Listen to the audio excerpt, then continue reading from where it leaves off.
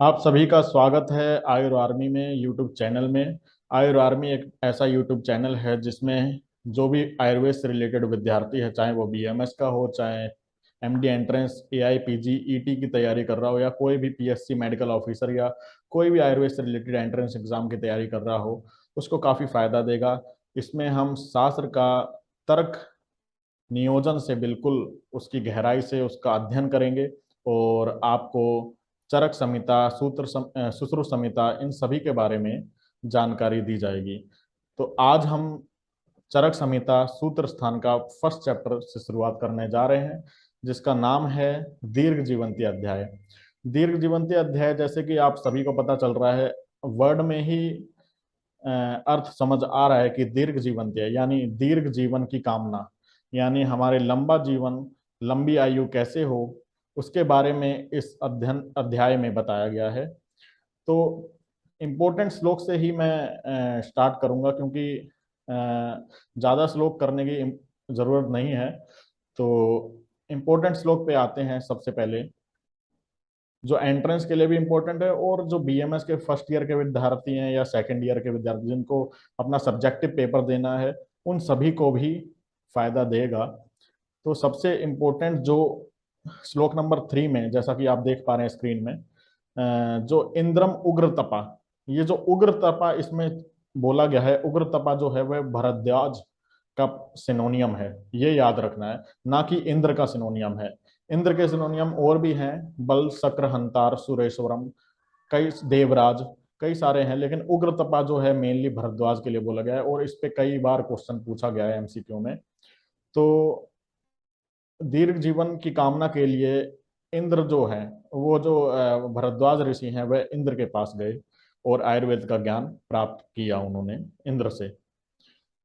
ठीक है, यहाँ पे हम देखेंगे, ये जो लाइन है वो काफी इंपॉर्टेंट है कि चार देव उपदेशक आचार्य जो कहलाए जाते हैं, यानी जब आयुर्वेद का अवतरण हुआ, देखिए मैं एक बार बता देता हूँ स्क्रीन में नीचे देख के। देखिए आयुर्वेद का अवतरण, अब आप अच्छी तरह समझ पाएंगे। यह आयुर्वेद का अवतरण है चरक संहिता के अनुसार। सुश्रुत संहिता सबका तकरीबन सेम ही है। तो चरक संहिता में जैसे बोला गया है, ब्रह्मा, यानी ब्रह्म से ही जीवन की उत्पत्ति हुई है, इस संसार की उत्पत्ति हुई है, ज्ञान की उत्पत्ति हुई है, ब्रह्म ही ज्ञान है। तो बोला गया है कि संहिताओं, यानी जो आयुर्वेद का ज्ञान है, वो ब्रह्म के पास था, उन्होंने प्रजापति को दिया, प्रजापति ने अश्विनों को दिया, अश्विनों ने इंद्र को दिया।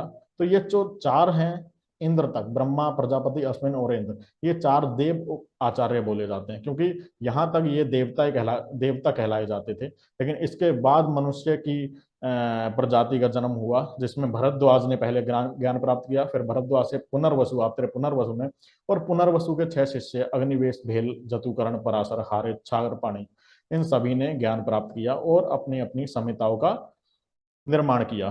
तो जैसे कि हम ऊपर देख सकते हैं, इसलिए ये इंपॉर्टेंट क्वेश्चन है, पूछा गया है कई बार कि देव आचार्य, देव उपदेशक आचार्य किसको कहा जाता है? तो ब्रह्मा, दक्ष प्रजापति, अश्विनी कुमार और इंद्र को। चलिए नेक्स्ट श्लोक पर आते हैं।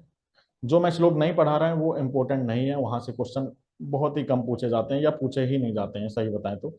आपको जो मैं पढ़ा रहा हूँ, जैसा जैसा सीधा सीधा आप वैसा पढ़ लीजिए, वैसा आप समझ लीजिए, और ये मैं वादा करता हूँ कि आपको कोई भी एंट्रेंस पास करने से कोई भी नहीं रोक सकता। आपका सिलेक्शन पक्का ही है, और आपको ज्ञान भी प्राप्त होगा। देखिए आयुर आर्मी चैनल का ही मतलब है आर्मी। जैसे हम चाहते हैं कि आयुर्वेद की आर्मी को बनाया जाए, ऐसी आर्मी को बनाया जाए जो आयुर्वेद का ज्ञान प्राप्त करे, और कई प्रकार के रोगियों, विभिन्न देश विदेश तक ज्ञान को फैलाए। देखिए नेक्स्ट श्लोक, श्लोक नंबर 16, धर्म अर्थ काम मोक्षाणाम आरोग्यम मूलम उत्तमम। ये बहुत इंपॉर्टेंट श्लोक है। आरोग्य, इसमें बोला गया कि आरोग्य का जो मूल है वो धर्म अर्थ काम मोक्ष है। यानी धर्म अर्थ काम मोक्ष जो है वो बिना आरोग्य के नहीं पाया जा सकता है। जैसे फॉर एग्जांपल धर्म, हमारा धर्म अभी क्या है? पढ़ाई करना, विद्या को ग्रहण करना। तो जब तक हम बीमार हैं, हमारा कहीं भी ध्यान नहीं लगेगा, किसी में मन नहीं लगेगा, तो आरोग्य होना उसका मूल हो गया एक तरह से। यानी आरोग्य होंगे तभी हमारा धर्म में मन लगेगा, हमारा अर्थ में मन लगेगा, काम में मन लगेगा, मोक्ष में मन लगेगा, मोक्ष की प्राप्ति होगी तभी। तो आरोग्य होना मूल हो गया है। तो ये बहुत इंपॉर्टेंट श्लोक है, हमेशा पूछा जाता है। धर्म अर्थ काम मोक्ष, इनको चार पुरुषार्थ भी कहा जाता है। जैसे कहा गया है ना पुरुषार्थ, यानी पुरुष के अर्थ, पुरुष के काम क्या क्या होने चाहिए, इस जीवन में आए हैं तो आपका क्या काम होना चाहिए, तो धर्म अर्थ काम मोक्ष, यही चार हैं। इसी संसार में इन्हीं को प्राप्त करने के लिए पुरुष का बार बार जन्म होता रहता है, जब तक कि मोक्ष की प्राप्ति नहीं होती है। तो ये इंपॉर्टेंट श्लोक है। उसके बाद हम आएंगे श्लोक नंबर 24 पे। ठीक है, श्लोक नंबर 24 में हेतु लिंग औसत ज्ञानम स्वस्थ आतुर परायणम त्रिसूत्रम शाश्वतम पुण्यम बुबुदे यम पितामह। ये बहुत इंपॉर्टेंट श्लोक है। त्रिसूत्र आयुर्वेद किसको कहते हैं? त्रिसूत्र आयुर्वेद से कई बार क्वेश्चन पूछा गया। त्रिसूत्र आयुर्वेद यानी हेतु लिंग और औसत ज्ञान, इनको त्रिसूत्र आयुर्वेद कहा जाता है। त्रिसूत्र का मतलब क्या है? तीन सूत्रों में बांध देना। यानी आयुर्वेद का अध्ययन हम क्यों कर रहे हैं, वो त्रिसूत्र ही बताता है कि हम आयुर्वेद का अध्ययन क्यों कर रहे हैं, इससे हमें भविष्य में क्या प्राप्ति होगी, हम क्या कर सकते हैं, मानव का कल्याण कैसे कर सकते हैं। जैसे बताया गया कि हेतु ज्ञान, हेतु यानी कारण, जब हम रोग का कारण जान पाएंगे इस संहिताओं का अध्ययन करके, उसके बाद हम लिंग ज्ञान, लिंग यानी लक्षण, हेतु, हेतु के बाद लक्षण, हमारे रोग के लक्षण क्या क्या हैं, और फिर औसत ज्ञान, जब हम औसत का ज्ञान प्राप्त कर पाएंगे तभी तो हम पेशेंट को अब जान पाएंगे कि यह इस बीमारी से ग्रसित है और इसके ये कारण हुए हैं, ये कारण को हटाया जाए, ये लक्षण हुए हैं और ये औसत हम देंगे तो फायदा होगा और पेशेंट बिल्कुल निरोगी हो जाएगा। तो त्रिसूत्र आयुर्वेद कहा जाता है और इसको त्रिस्कंद आयुर्वेद भी कहा जाता है। आगे चल के पढ़ेंगे, देखिए मैं आपको पहले ही दिखा देता हूँ।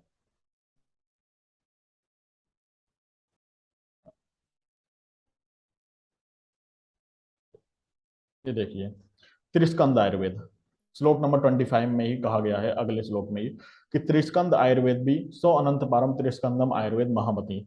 यानी त्रिस्कंद आयुर्वेद और त्रिसूत्र आयुर्वेद, ये देखिए आप देख पा रहे होंगे स्क्रीन पे, त्रिसूत्र आयुर्वेद, त्रिस्कंद आयुर्वेद, हेतु सूत्र, लिंग सूत्र और औसत सूत्र, इन दोनों को कहा, तीनों को कहा जाता है। तो त्रिस्कंद से क्वेश्चन पूछा जाए या त्रिस्कंद से कंफ्यूज नहीं होना है, त्रिसूत्र और त्रिस्कंद दोनों सेम ही है, हेतु लिंग औसत, तो आपको ये याद रखना है। नेक्स्ट श्लोक है आपका ये श्लोक नंबर 28, सामान्यम च विशेषम षट पदार्थ वर्णन, छह प्रकार के पदार्थ बताए गए हैं। सामान्य विशेष गुणान द्रव्याणि कर्म च संवायम च तज्ञातवा तंत्रोक्तम विधिमस्तुता। इसमें आपको याद करने का जो चीज है वो है सीरियल वाइज, पहले सामान्य बताए, फिर विशेष, आचार्य चरक ने फिर गुणान बताया, द्रव्य, फिर कर्म, फिर समवाय। ये सीरियल पूछ लिया जाता है हर बार एग्जाम में, एमसीक्यू में, कि आचार्य चरक के अनुसार जो षट पदार्थ का वर्णन है उसमें सबसे पहले किस पदार्थ का वर्णन किया गया, सामान्य या विशेष या द्रव्य। तो ये ऐसे क्वेश्चन बन सकते हैं इसमें से, इसलिए आपको सीरियल वाइज याद रखना है। जबकि वैशेषिक दर्शन में सबसे पहले द्रव्य बताया गया है, द्रव्य गुण कर्म सामान्य विशेष समवाय, उनका जो सीरियल है द्रव्य गुण कर्म सामान्य विशेष समवाय है। जबकि आचार्य चरक का सामान्य विशेष गुणान द्रव्याणी कर्म से समवाय। तो ये आपको याद रखना है। देखिए अग्निवेश के आचार्य पुनर्वसु के छह शिष्य जो हैं, उन छह शिष्यों के नाम बोले गए हैं इस श्लोक में, कि अग्निवेश, भेल, जतुकर्ण, पराशर, हारित, क्षारपाणी। तो इसको आप एक बार रीड कर लीजिएगा तो आपको ध्यान में रहेगा। इन सभी ने बुद्धिर विशेष तंत्रा सिन्नो पदेशांतरम मुने तंत्रस्य कर्ता प्रथमम अग्निवेशो यतो अभवत। इसका मतलब है कि इन सभी जो शिष्य ने अपनी अपनी बुद्धि के अनुसार, क्योंकि देखिए बोल के ज्ञान प्राप्त किया जाता था, आचार्य पहले ब्लैक बोर्ड वगैरह ये सब चीजें नहीं होती थी जैसे आजकल होती है कि इंटरनेट, लैपटॉप। तो आयुर्वेद का अवतरण बोल के हुआ है, जैसे आचार्य अग्नि पुनर्वसु आत्रेय ने सूत्र बोले हैं ये, और जैसे जैसे शिष्यों की बुद्धि थी अपनी अपनी बुद्धि के अनुसार उसको ग्रहण किया और तुरंत उसको संहिताओं में कन्वर्ट कर दिया। तो उसके अनुसार अपने अपनी संहिताएं बनाई हैं सभी आचार्यों ने, और उसमें भी प्रथमम अग्निवेश, सबसे पहली संहिता बनाने वाला अग्निवेश जी आचार्य अग्निवेश थे, जिसको हम कहते हैं चरक संहिता। अग्निवेश कृते चरक प्रति संस्कृत कहा भी जाता है, यानी अग्निवेश के द्वारा बनाई गई, चरक ने प्रति संस्करण किया है और दृढ़ बल संपूर्ण, दृढ़ बल ने उसको संपूर्ण किया, यानी कुछ अध्याय नहीं थे उनको संपूर्ण किया है, बनाया है। देखिए ये इंपॉर्टेंट है कि बुद्धि सिद्धि स्मृति मेधा धृति कीर्ति क्षमा दया, ये ज्ञान देवता कहा जाता है इनको, 8 प्रकार के ज्ञान देवता।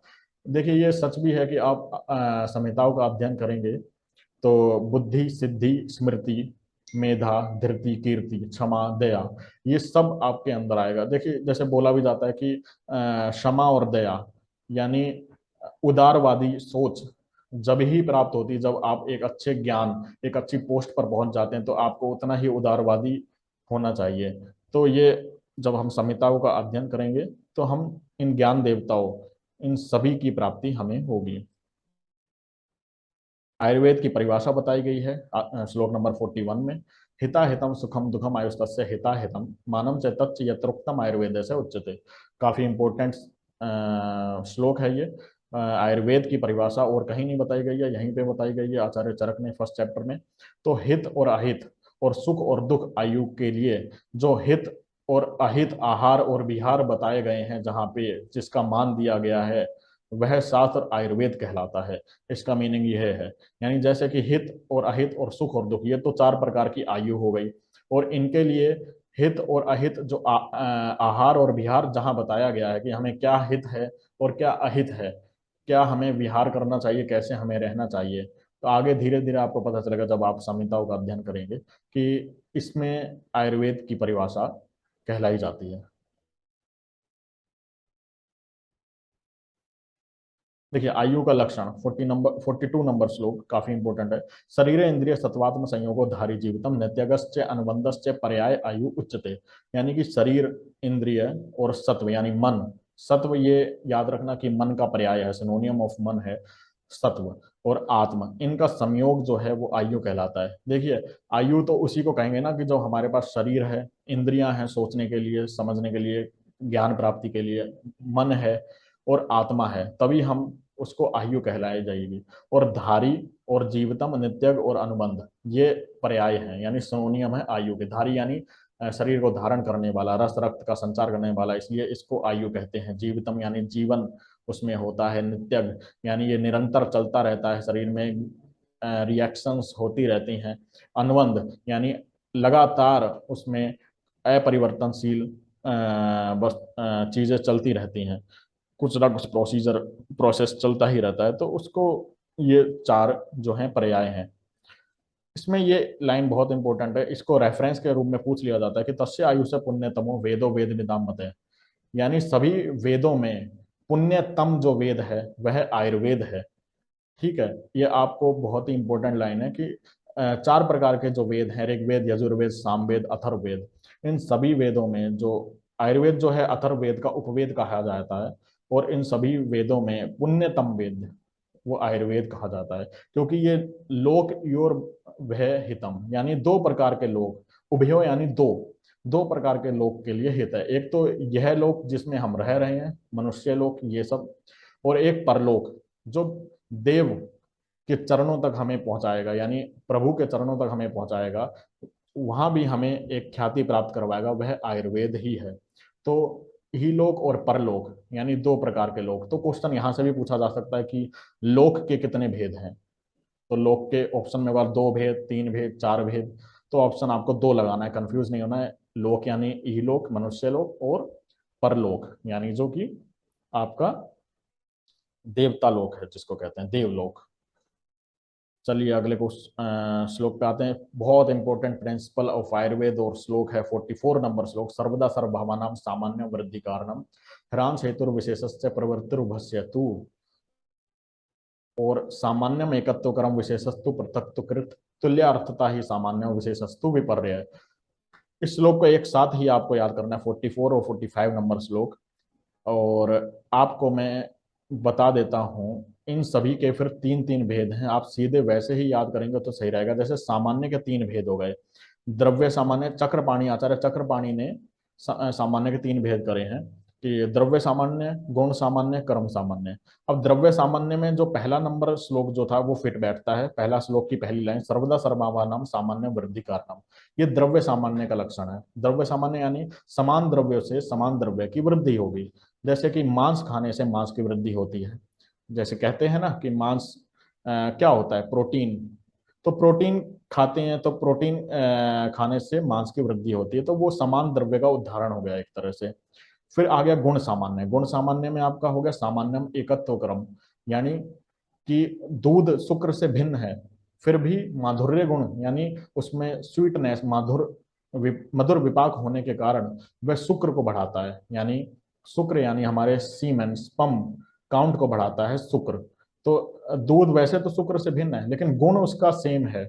शुक्र भी माधुर्य गुण होता है और दूध भी माधुर्य गुण है, तो गुण के कारण वह शुक्र को बढ़ा। सामान्यम एकत्व कर्म, एक करने वाला एकत्व कर्म। कर्म सामान्य हो गया तुल्य अर्थता ही सामान्यम, यानी कि कर्म सामान्य तो हो गया कि एक आस्य रूप में एक जगह आप बैठे हैं और कफ के समान ना होने का कफ को बढ़ाता है, यानी कि आप एक जगह बैठे हैं तो बैठने से कफ की वृद्धि होने लगती है, क्योंकि आप कोई काम नहीं कर रहे हैं, उसमें आपको नींद आएगी, उस समय कफ की वृद्धि हो रही है तो कफ को बढ़ाता है। ये कर्म सामान्य हो गया तुल्य अर्थता ही सामान्यम, यानी डायबिटीज का कारण भी यही है कि आप खा पी के तुरंत लेट जाएं, कोई एक्सरसाइज ना करें, कोई भी फिजिकल वर्क ना हो, तो वो कर्म सामान्य कहलाया गया एक तरह से। फिर आप विशेष की परिभाषा याद करनी है तो यहीं से याद करें सीधे, द्रव्य विशेष, गुण विशेष, कर्म विशेष। द्रव्य विशेष तो हो गया ह्रास हेतु विशेषश्च, यानी कि किसी के शरीर में मांस की वृद्धि हो जाने पर उसे कम करने के लिए उसके गुण के विपरीत गुण वाले द्रव्यों का प्रयोग करते हैं, जैसे कि बाजरा, कोदो, तांगुन, मूंग, ये जो है मांस को कम करने वाले हैं। इसको खाने से मांस घट जाता है, तो ह्रास हेतु विशेषश्च। फिर आ गया गुण विशेष। इसमें आ गया विशेषस्तु पृथक्कृत, गुण के आधार पर एक द्रव्य को दूसरे से पृथक करने वाला पदार्थ गुण विशेष कहलाता है। और कर्म विशेष हो गया, जैसे कि एक समान कार्य करने वाले कर्म सामान्य होता है, जैसे बैठना कफ का सामान्य है क्योंकि बैठने से कफ की वृद्धि होती है, ठीक इसके विपरीत जिसके कर्म से कफ का ह्रास होगा, यानी कि एक्सरसाइज करना, चलने से कफ का ह्रास होगा, तो वो हो गया कर्म विशेष।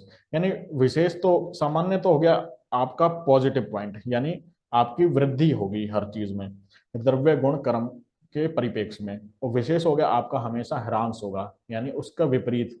तो ये बहुत इंपॉर्टेंट प्रिंसिपल आयुर्वेद का है। हम जब चिकित्सा करते हैं तब भी हम ये देखते हैं कि इस पेशेंट में किसकी कमी है, तो हम इसको क्या देंगे तो हम इसकी वृद्धि कर सकेंगे। जैसे वात की कमी है तो हम ऐसे क्या आहार खिलाया जाए या क्या औषधियां दें कि वात की वृद्धि हो और ये सही हो जाए, या जैसे कफ बढ़ा हुआ है तो हम क्या विपरीत आहार दें कि इसकी कफ की ह्रास हो और बाकी दोषों की वृद्धि हो। तो हम उस प्रकार से परमुटेशन और कॉम्बिनेशन के आधार पर हम इस प्रिंसिपल का यूज करते हुए चिकित्सा करते हैं, इसलिए बहुत इंपॉर्टेंट है।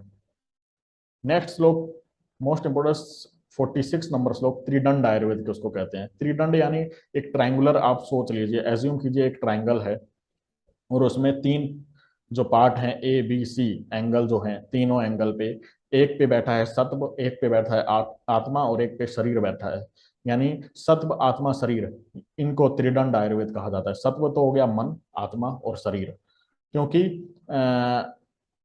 सत्व आत्मा शरीर रूपी पुरुष को ही हम चिकित्सा करते हैं। अगर इसमें से किसी में भी एक गुण नहीं है तो वो पुरुष नहीं कहलाया जाएगा और उसके हम चिकित्सा भी नहीं कर सकते, क्योंकि आयुर्वेद में जीवित पुरुष की ही चिकित्सा बताई गई है। पुमांस चेतनम तच्चा अधिकरणम स्मृतम, ये इंपॉर्टेंट इस श्लोक है कि आयुर्वेद का अधिकरण किसको कहा गया है, तो संयोग पुरुष आयुर्वेद का अधिकरण कहा गया है, यानी त्रिदंड आयुर्वेद, आयुर्वेद का अधिकरण सत्वात्मा शरीर संयोग।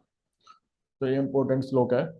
नेक्स्ट श्लोक जो आपका है द्रव्य कितने प्रकार के हैं, कारण द्रव्य 9 प्रकार के हैं। खादिन्य आत्मा मने कालो दिशस् द्रव्य संग्रह, यानी खादिन्य आत्मा, खादी ख आदि इसमें छुपा हुआ, ख आदि, ख आदि यानी पंच महाभूत, ख यानी आसमान, ख आदि यानी पंच महाभूत आकाश वायु अग्नि जल पृथ्वी, आत्मा मन काल दिशा दिगा दिशा, यानी ये 9 द्रव्य हैं। और से इंद्रियम चेतनम द्रव्य निरेंद्रियम अचेतनम, चेतन और अचेतन भेद से द्रव्य 2 प्रकार के भी होते हैं, इनको कारण द्रव्य कहा, कार्य द्रव्य कहा जाता है, जबकि ये 9 द्रव्य हैं वो कारण द्रव्य कहा जाता है।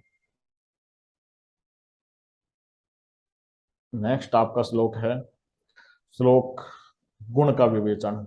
ये बहुत इंपॉर्टेंट श्लोक है। सार्था गुरुवादो बुद्धि प्रत्नांता पराध है। इन्होंने तो एक श्लोक में बोल दिया है, लेकिन इसको अब जब हम ओपन करेंगे इस श्लोक को, इसको अर्थ को समझेंगे, तो 41 गुण, 41 गुण बताए हैं टोटल इस श्लोक में। कैसे? स अर्थ, अर्थ के साथ, स अर्थ, अर्थ यानी शब्द स्पर्श रूप रस गंध, शब्द स्पर्श रूप रस गंध, ये तो हो गया स अर्थ। जबकि 20 गुण गुरुवादी गुण हो गए, जिसमें हो गया 20 गुण तो आपके गुरु, लघु, शीत, उष्ण, स्निग्ध, रुक्ष, स्थिर, सर, मृदु, कठिन, मंद, तीक्ष्ण, विशद, पिच्छल, सुलक्षण, खर, स्थूल, सूक्ष्म, सांद्र। ठीक है, आप यहां से पढ़ सकते हैं। और आध्यात्मिक गुण हो गए 6 प्रकार के: इच्छा, द्वेष, सुख, दुख, बुद्धि, प्रयत्न। इनको आध्यात्मिक गुण कहते हैं। परादि गुण हो गए परापरत्व, युक्ति, संख्या, संयोग, विभाग, पृथक, परिमाण, संस्कार, अभ्यास। अभी आपको पढ़ लेना है सिर्फ कि कौन कौन से गुण किस में होते हैं, धीरे धीरे आपको समझ आएंगे। ये सभी द्रव्यों में होते हैं ये गुण। ठीक है, आप सभी को इन गुणों को पता होना चाहिए, इसके आधार पर ही चिकित्सा की जाती है। ये प्रिंसिपल हैं आयुर्वेद के। तो वैशेषिक गुण भी कहा गया है इनको, पंचमहाभूत को, जिसमें आ जाते हैं आपके शब्द स्पर्श रूप रसगंध। और गुरुवादी गुण भी कहा गया है इनको, गुरु लघु 20 जो गुण है गुरुवादी, आध्यात्मिक जो है वो 6 हैं, और स्परादि सामान्य गुण वो 10 हैं। तो आपको ये याद रखना है। नित्य वर्ड इज फॉर आत्मा और समवाय बोथ, ये आपको एक लाइन लिख लेनी है अपने नोट्स में, याद रखनी है। नित्य जो वर्ड कहा गया है वो आत्मा और समवाय के लिए कहा गया है। प्रत्यनादिकरम चेष्टितम उच्यते, 49 नंबर श्लोक है। प्रत्यनादिकरम चेष्टितम उच्यते, यानी कोई भी प्रयत्न किया जाता है, किसी काम को करने के लिए कोई भी प्रयत्न किया जाता है, कोई भी चेष्टा की जाती है, उसको कर्म कहते हैं। 50 नंबर श्लोक है समवाय का लक्षण। समवायो है पृथक भावो भूमि आदि नाम गुणेर्मते से नित्यो यत्र ही द्रव्यम न तत्र नियतो गुणे, यानी कि वो संबंध जिसको हम अलग नहीं कर सकते वह समवाय संबंध कहलाया जाता है। जैसे कि पृथ्वी का गंध से, जल का शीतलता से, अग्नि का उष्णता से, अग्नि उष्ण होती है, कभी शीत नहीं होती है, तो हम उसके लक्षण को उससे अलग नहीं कर सकते। उष्ण है अग्नि, इन दोनों का नित्य संबंध है, समवाय संबंध है, जिसको हम अलग नहीं कर सकते, उसको समवाय कहा जाता है। स नित्यो यत्र ही द्रव्यम न तत्र नियतो गुण। द्रव्य का लक्षण यत्राश्रिता कर्म गुणा कारणम समवाय यत् द्रव्य। ये बहुत इंपॉर्टेंट श्लोक हैं सारे जो मैं पढ़ा रहा हूँ, ये एंट्रेंस में ही पूछे जाते हैं और याद भी होने चाहिए अगर आप डॉक्टर हैं आयुर्वेद के। यत्राश्रिता कर्म गुणा कारणम समवाय यत् द्रव्य, जिसमें कर्म, जिस वस्तु में, जिस चीज में कर्म और गुण आश्रित हो, और और जो कर्म और गुण का समवायी कारण होता है उसको द्रव्य कहा जाता है। यानी यानी कि जैसे आप कोई भी औषधि ले लीजिए, जैसे त्रिफला का चूर्ण ले लीजिए। त्रिफला में उसका गुण और कर्म दोनों आश्रित हैं, तभी तो वो काम करेगा जब हम पेशेंट को देंगे। जैसे कि त्रिफला में पृथ्वी गुण है, पृथ्वी गुण के कारण विरेचन होता है, यानी पेशेंट को मोशन स्टार्ट होते हैं, मोशन होते हैं, उसकी कब्ज दूर होती है। तो यानी उसमें गुण, पृथ्वी गुण, पृथक गुण जो होता है वो आश्रित था उसमें समवाय संबंधित से, यानी उस वस्तु में अलग नहीं किया जाता उसका गुण और कर्म, तो वो द्रव्य कहलाया गया। फिर नेक्स्ट श्लोक आता है आपका गुण का लक्षण। समवाय तो निश्चेष्ट कारणं गुण है, जो निश्चेष्ट होता है, यानी समवाय संबंध वाला जो होता है, द्रव्य में समवाय संबंध से रहता है, वही गुण कहलाया जाता है। तो ये जो ऊपर बताया वही है, लेकिन याद आपको करना है। और कर्म का लक्षण बताया, संयोग च विभाग च कारणम द्रव्यमाश्रितम कर्तव्य से क्रियाकर्म कर्म नान्यत अपेक्षित, यानी कि संयोग विभाग में जो कारण हो। ठीक है, देखिए काम कर्म यानी काम, काम कर्म यही होगा जब किसी का संयोग या विभाग।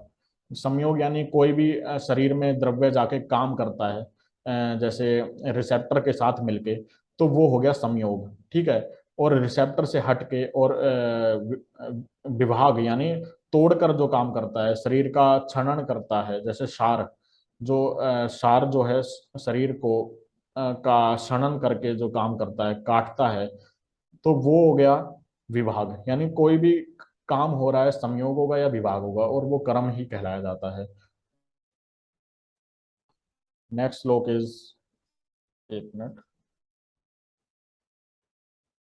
नेक्स्ट लोग आपका जो इम्पोर्टेंट है वह आयुर्वेद का कार्य बहुत इंपॉर्टेंट है। कार्यम धातु साम्यम यो उच्यते, धातु साम्य क्रिया चोक्ता तत्तर से प्रयोजनम, यानी कि धातु को समता में, समान में रखना, धातु साम्य रखना, आरोग्य जो है वही कार्य, वही हमारा कार्य है। आयुर्वेद का कार्य, जो आयुर्वेद का प्रयोजन है वो कार्य है धातु साम्यम योज्यते, धातु साम्य क्रिया चोक्ता तंत्र से प्रयोजनम। रोगों के त्रिविध हेतु, यानी रोग के त्रिविध हेतु, उत्पत्ति ही क्यों होती है, कितना बढ़िया श्लोक बताया गया है कि काल बुद्धि इंद्रिय अर्थनाम योगो मिथ्या ना चाती च द्वय श्रेया नाम व्याधि नाम त्रिविधो हेतु संग्रह। यानी कि काल, काल यानी परिणाम, ऋतुएं, वर्षा आदि टाइम जो होता है, बुद्धि हमारी बुद्धि, प्रज्ञा, इंद्रियार्थ यानी शब्द स्पर्श रूप रसगंध जिनके द्वारा हमें ज्ञान प्राप्ति होती है, ठीक है, इनका मिथ्यायोग अयोग और अतियोग का होना ही शरीर और मन में होने वाले सभी रोगों का कारण है। जैसे कि कोई भी वर्षा ऋतु ले लीजिए, और वर्षा ऋतु में जो आहार विहार बोला गया है वह ना खा के कुछ और खाएं हम, जैसे मतलब गर्मी में हम उष्ण आहार खाएं और शीत में हम बहुत शीत यानी आइसक्रीम खाएं विंटर में, तो वो चीज जो हो गई वो हमने मिथ्या योग कर दिया या अयोग कर दिया या अतियोग कर दिया। यानी अयोग या तो हम बिल्कुल ही ना खाएं, ठीक है, और अतियोग यानी बहुत ज्यादा खाएं। तो सारी चीज सम मात्रा में सही होती है, ना कि अयोग अतियोग या मिथ्या योग में। तो काल जो हो गया, यही हो गया कि काल के अनुसार हमने चीजें ना खाई, हमने अपना अलग चीजें खाई हैं। और बुद्धि हो गया प्रज्ञा अपराध, यानी प्रज्ञा के अपराध, प्रज्ञा हमारा बुद्धि, जैसे काय वाचिक मानसिक, हमारे तीन प्रकार के जो कर्म है इनका मिथ्या योग अति योग और अयोग होता है, वह कारण है। जैसे कि हमें पता है कि ये चीज हमारे लिए हानिकारक है, लेकिन जानते हुए भी वो चीज करना, ये हमारा अपराध यानी प्रज्ञा बुद्धि, हमारे बुद्धि का अपराध हो गया, यानी बुद्धि सोच समझ विचार नहीं कर पा रही है, तो वो जो है रोगों का कारण उत्पत्ति होगी उससे, ठीक है। और वैसे ही हो गया इंद्रियार्थ, इंद्रियार्थ भी हमारा यही हो गया कि जब शब्द स्पर्श रूप रस गंध इनका मिथ्या योग अति योग होगा तो रोगों की उत्पत्ति होगी। रोग और आरोग्य के आश्रय, शरीरम सत्व संगम च व्याधि नाम आश्रय मते तथा सुखानाम। शरीर और मन ये दोनों रोग के आश्रय हैं, यानी मानसिक रोग भी होंगे शारीरिक रोग भी होंगे, ठीक है। और इनका संयोग जो होगा, यानी शारीरिक और मानसिक समान अवस्था में सही, सभी सब दोष वगैरह सब सही मात्रा में संचरित होंगे तो सुख का कारण होगा। और वैसे ही बताया गया है इम्पोर्टेंट श्लोक,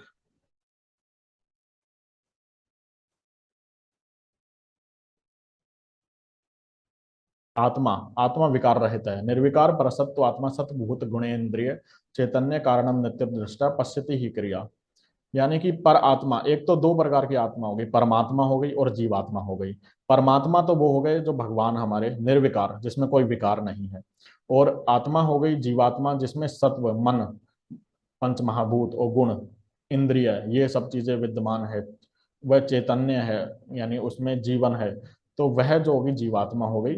तो दो प्रकार की परमात्मा और जीवात्मा का कंसेप्ट यहाँ पे आया है।